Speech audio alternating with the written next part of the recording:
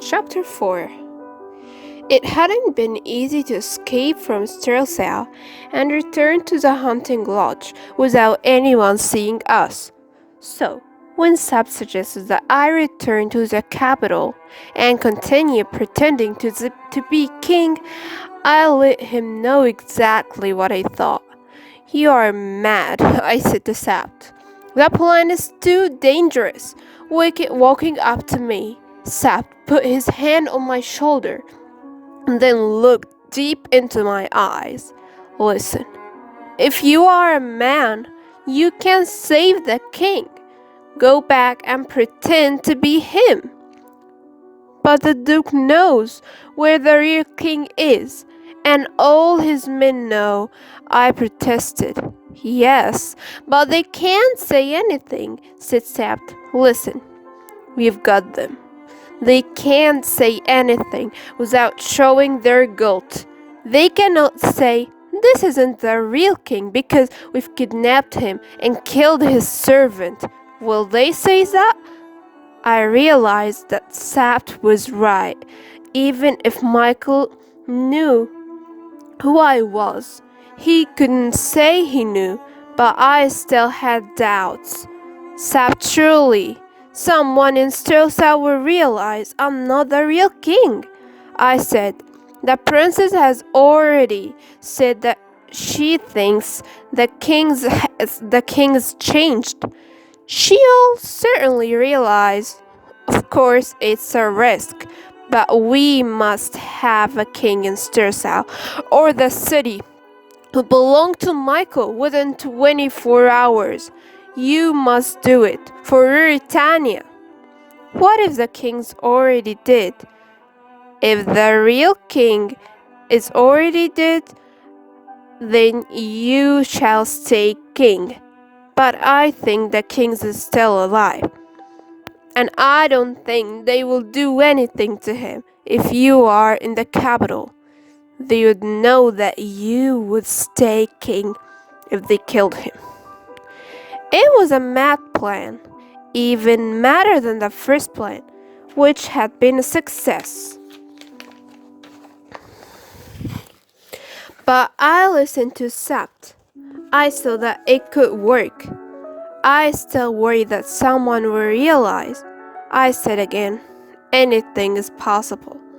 "But come, Rassendal, let's go to Stirlsau. We will be caught if we stay here." "All right, Sapt, I'll try," I said. "Good man," said Sapt. "I'll go and get the horses." But seconds later, he came back. "Look out of the window."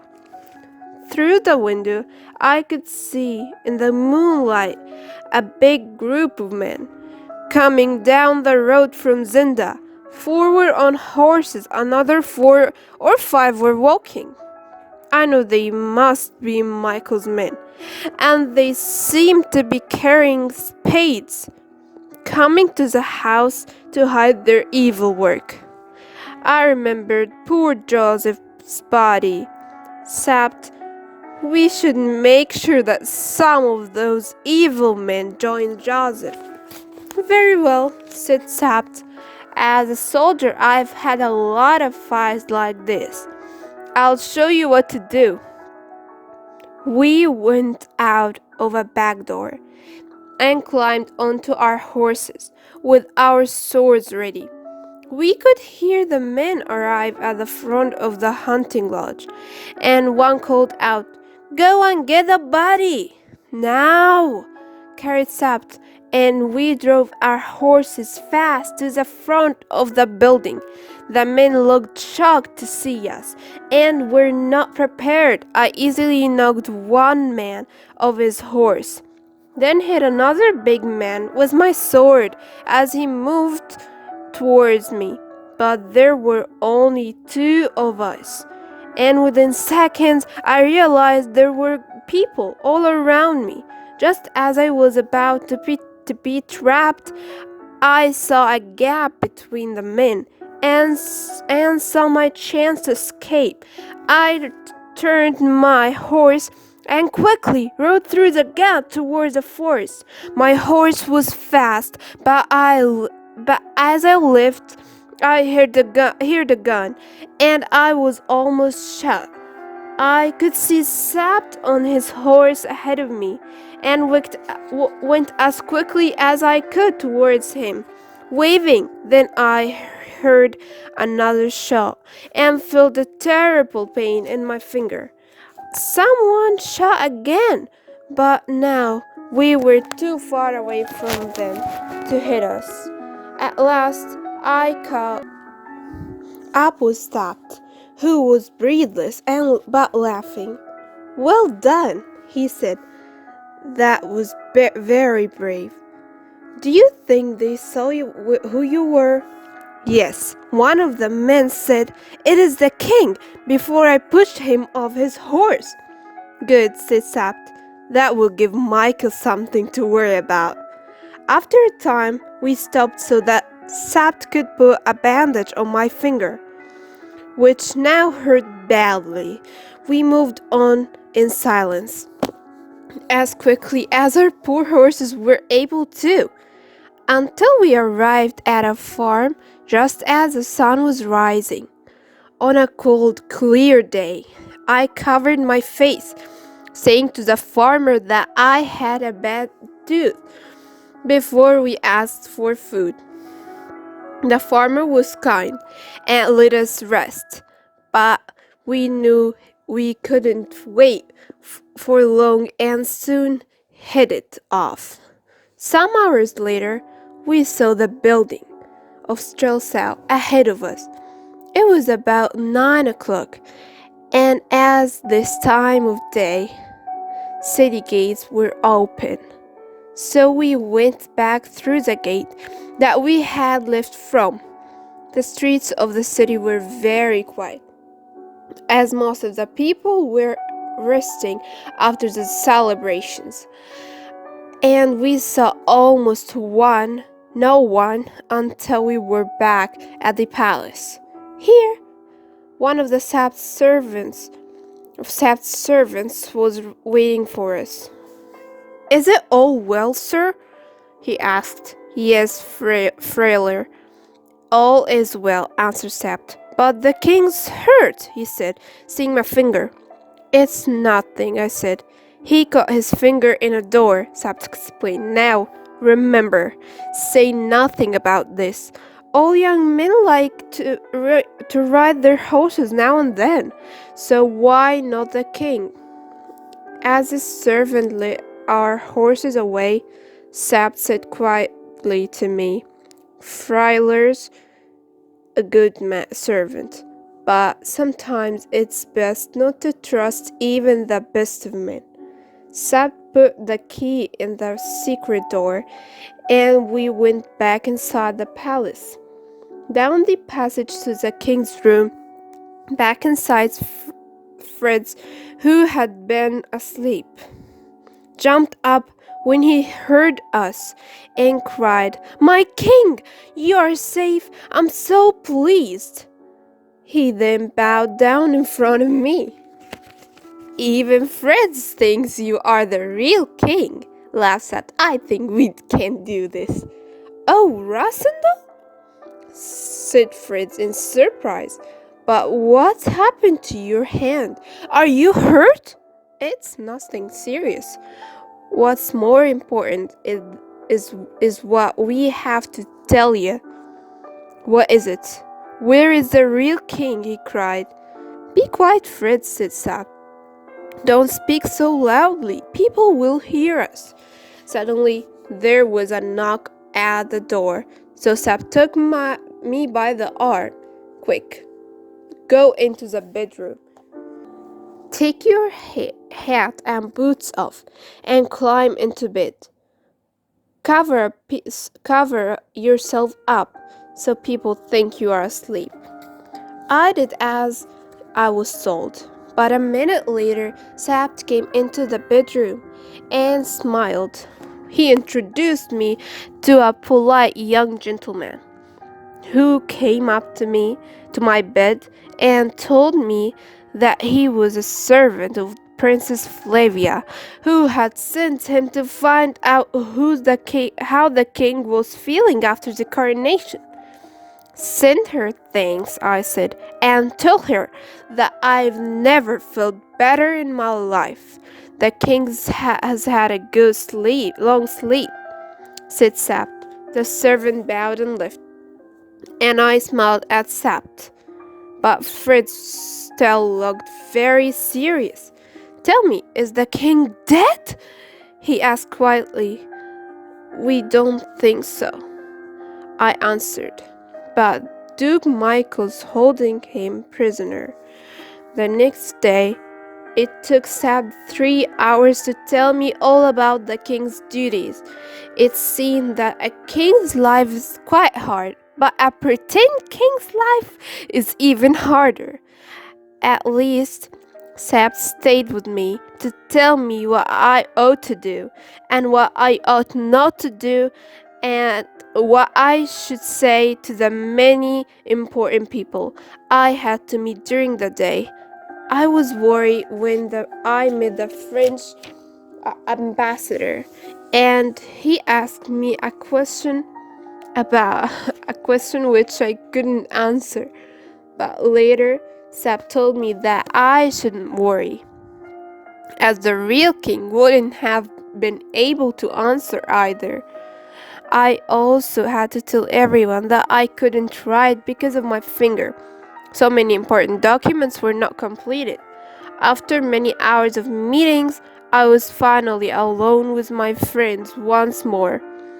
I asked the new servant, who had never met the real king, for a drink, and then asked Sapt if I could rest at last. I wasn't used to such hard work. Rest? No, we mustn't waste any time. Shouldn't we plan how to attack Michael? Said Fritz. Let's take things slowly, said Sapt. Aren't we going to do anything? Said Fritz. We aren't going to do anything dangerous, answered Sapt. If people find out who I am, I said, then I will fight with the Duke. But at the moment, let's wait to see what the Duke does. He'll kill the king, said Fritz. He won't, said Sapt. If he kills the king, he knows that Rosendal will stay there as king instead. And he cannot accuse Rosendal of anything, because then people will know that he has kidnapped the king. So no one can do anything. It's a stalemate, cried Fritz. But wait. Half of Michael's 6 men are in Strelsa with the Duke? Only half? Then that means the other half are guarding the king, said Sapt. Yes, you're right, said Fritz. So that means the king must be alive. If the king were dead, all 6 men would be here with the Duke. Excuse me, but who are the 6 men? I asked. Unfortunately, I fear you'll soon be meeting them, said Fritz. They are 6 special soldiers whom Michael keeps in his house at all times. They are completely loyal to him. 3 are from Ruritania, 1 is Belgian, and one French, and 1 is from your country. They'll do whatever Michael asks them to do, continued Sapt. Would they try to kill me? I asked nervously. Without a doubt. Which 3? Which 3 are here in Strelsa? Asked Sapt. They're the 3 foreigners, Digotet, Personnel, and Ditchard. So they were not the men we saw at the hunting lodge? I asked. I wish they were, said Sapt, because then there would only be 4 and not 6 of them. I now decided that I should act, perhaps like all real kings do, by keeping some secrets even from the people I could trust the most. My plan was to make myself as popular as I could and say nothing bad about Michael. In this way, I could hope to stop the poorer people of Strelsau from thinking badly about me. Then, if there were a fight, perhaps people would not want to follow Michael, although, of course, I hoped there wouldn't be such a fight. Perhaps I could actually enjoy my game in Strelsau, and something good would come from it. Michael would not grow stronger while the game lasted. My plan began the next day. When I rode my horse through the park with Fritz and waved to everyone who bowed to me, the more my people saw of me, the more they would realize I cared about them and their lives. I was not going to be a distant king who people only heard about.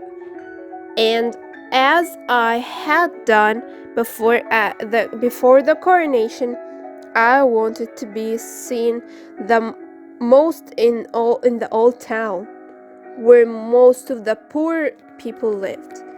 Riding through some of the narrowest and oldest streets, I stopped to buy flowers from the poor young girl with a gold coin.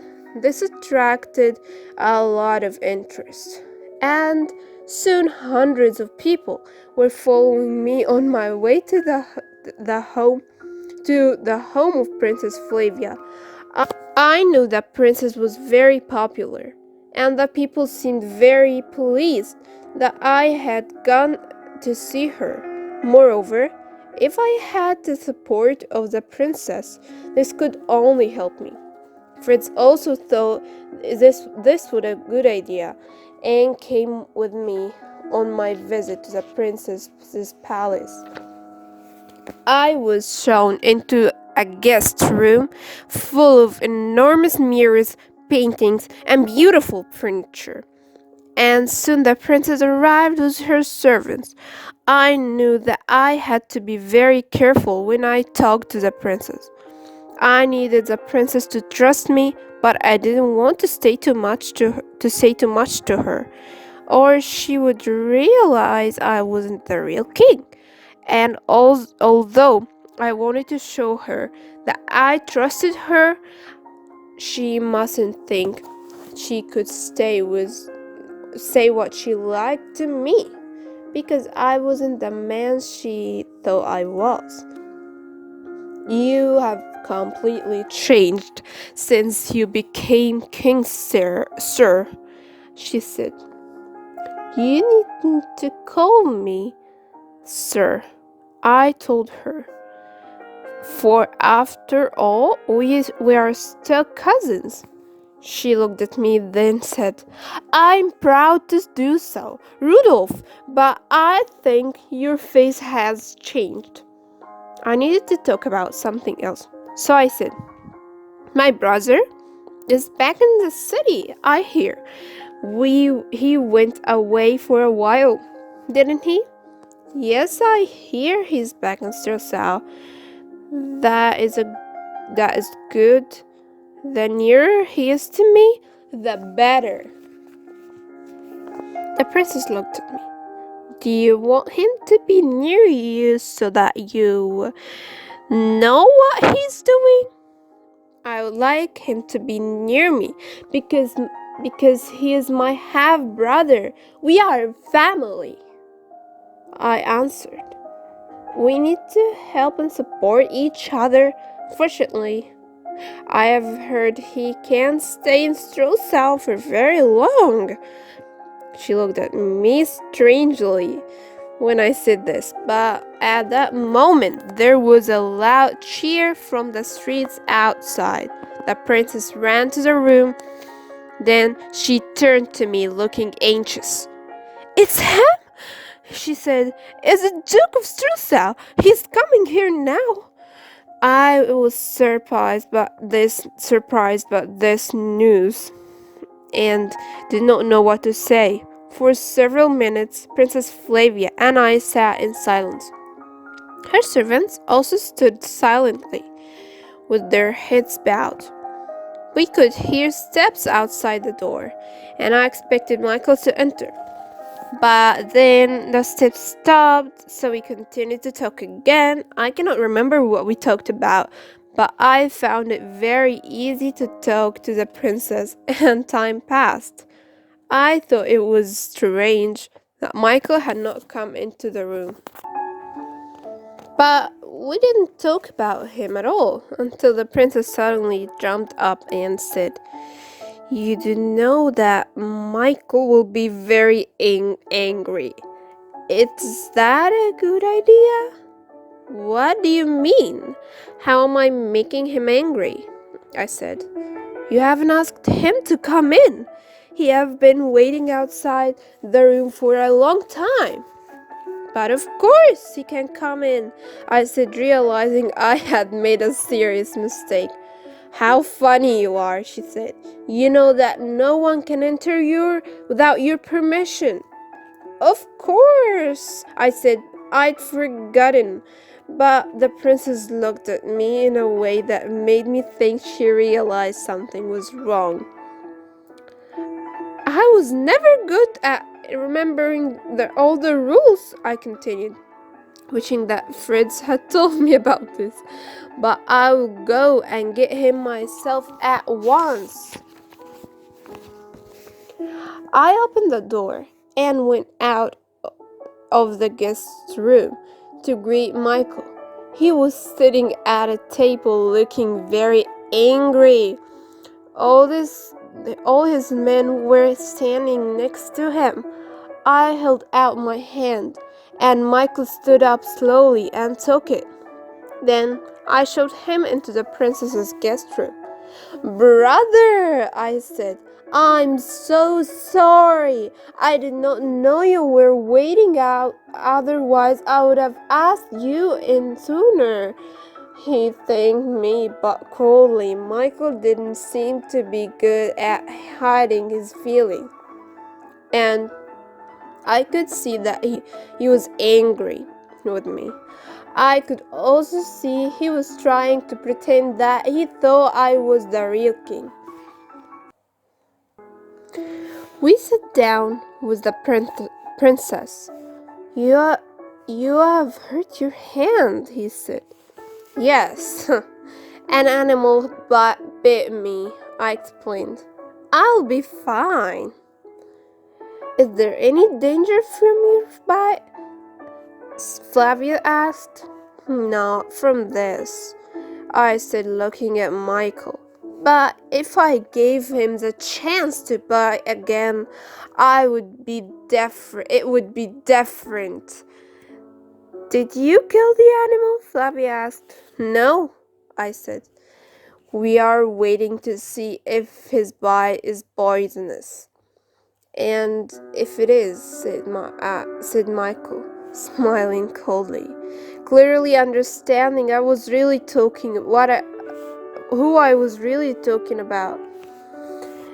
"He will be knocked on the head," I said. "But he might bite again," said Michael. "I'm sure he'll try," I replied, smiling. Then, worried that Michael would say something I did not want to hear, I decided to change the subject. I told him how fine his soldiers were and thanked him for the splendid coronation. I thanked him for the great time I had had at the hunting lodge in the forest. When he heard this, he jumped to his feet and angrily walked towards the door. Then he stopped and said, "Three of my friends would very much like to meet you, sir. They are waiting outside." So I walked up to Michael and took his arm, and we entered the outside room like best friends. Michael asked the three men to come towards forward. These gentlemen are the most loyal and honest of the king's servants, and are my great friends. I'm very pleased to meet you, I said.